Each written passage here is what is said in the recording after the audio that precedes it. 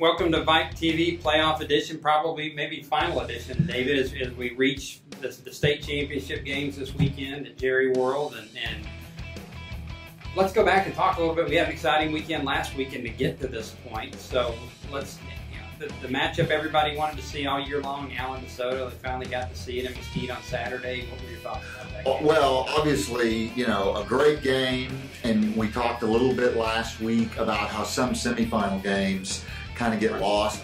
It would be wonderful if that were a state championship game, because I think either one of those would be favored this week against Pearland. Sure. So, but it remains to be seen who's going to win. Those are good teams down there.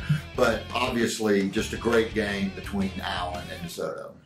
Yeah, and the two quarterbacks, they didn't disappoint, either one. I mean, Kyler Murray, probably not his best game, but when he needed to be great, he was great. And it was an interesting game to watch because it just felt like Allen was done at 35-20. Right. It just didn't.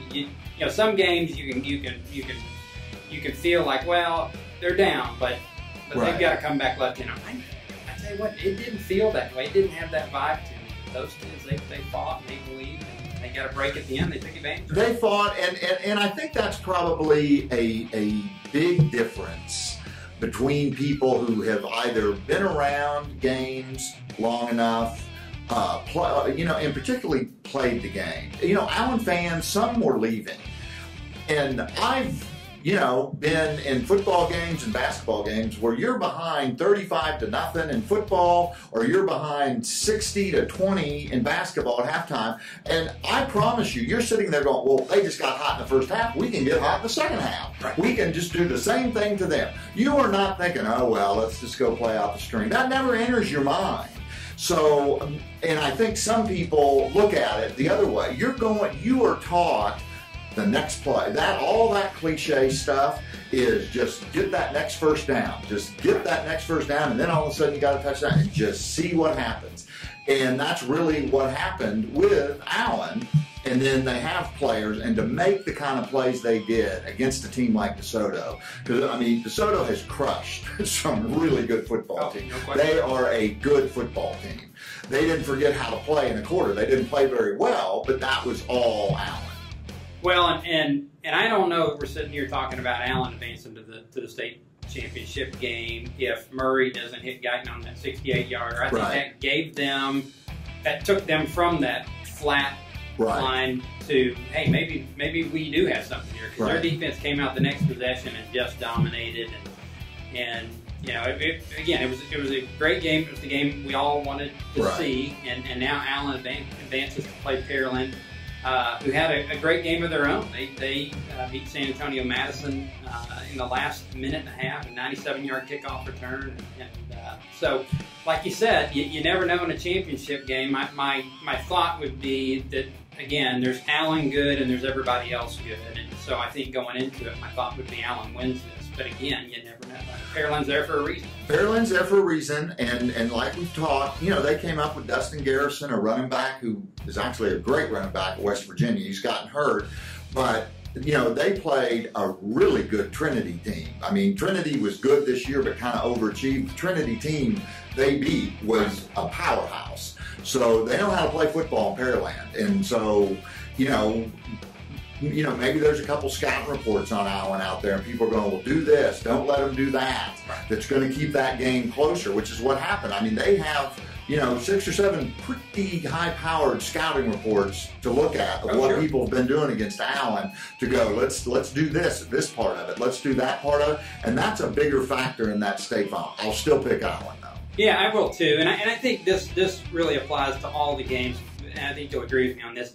I'm just happy that it's going to be in a controlled environment where we don't have to deal with the wind, we don't have to deal with the cold, we don't have to deal with the wet any more than we've had to deal with the last few weeks. And again, that's why I think Allen is so dangerous, because now Kyler Murray on an indoor field where he didn't have to deal with any elements, that's where I think he just unleashed him. Yeah, it definitely lets the players decide it, or helps that happen. No question. Staying in 5A, Cedar Hill advances, beat Lake Travis this weekend, and just, like we talked about last week, I mean, they had really been dormant most of the day, but we both talked about Cedar Hill and their explosiveness last week, and when they had to explode, they did, and because of that, they're still playing. Cedar Hill, this is my big prediction.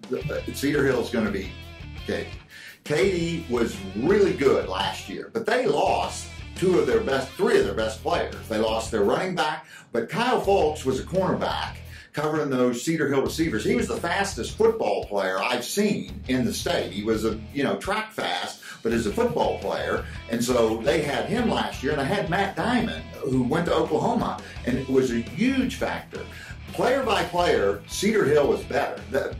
Katy had to rally late to beat them last year. And I know Katy is Katy, and they're really good, but the other factor is I go, well, everybody always looks at the state championship and go, oh, this team's going to win, they're the favorite, this team's going to win. Well, somebody's going to win in an upset. This is my upset, is Cedar Hill is going to beat Katy. Well, and I'm going to agree with you because I love the way Cedar Hill's playing right now. They're playing at such a high level. Xavier Washington, one-man wrecking crew on defense.